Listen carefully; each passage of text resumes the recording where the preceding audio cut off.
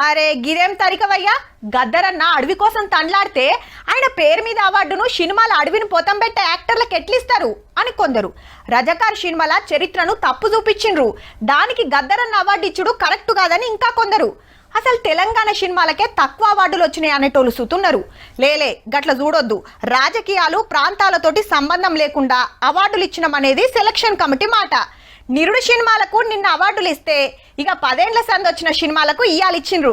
చూడరు మరి దేనికి వచ్చినాయా. 2014 సంవత్సరం అండి best film Run Raja Run, second best film Pathshala, third best film Alludu Srinu. 2015 first best film Rudramadevi, second best film Kanche, third best film Srimanthudu. 2016లో first best film Shatamanam Bhavati, second best film Pelli Choopulu, third best film Janatha Garage. అలాగే 2017లో first best film Baahubali Conclusion, second best film Fidaa, third best film Ghazi.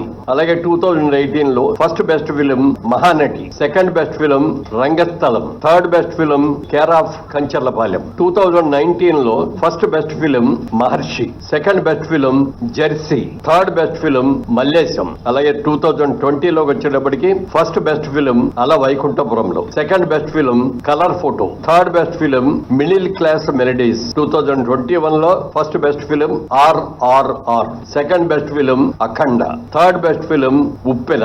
2022లో first best film Sitaramam, second best film Karthikeya 2, third best film Major. 2023 first best film Balagam, second best film Hanuman, third best film Bhagavanth Kesari. Special jury award Prajakavi Kaloji. Special awards అని చెప్పి 6 అవార్డులను ఎంపిక చేయడం జరిగింది. NTR national award Nandamuri Balakrishna గారికి Paidi Jayaraj film award అని చెప్పి Indian film పర్సనాలిటీగా ఆయన్ని ఎంపిక చేయడం జరిగింది.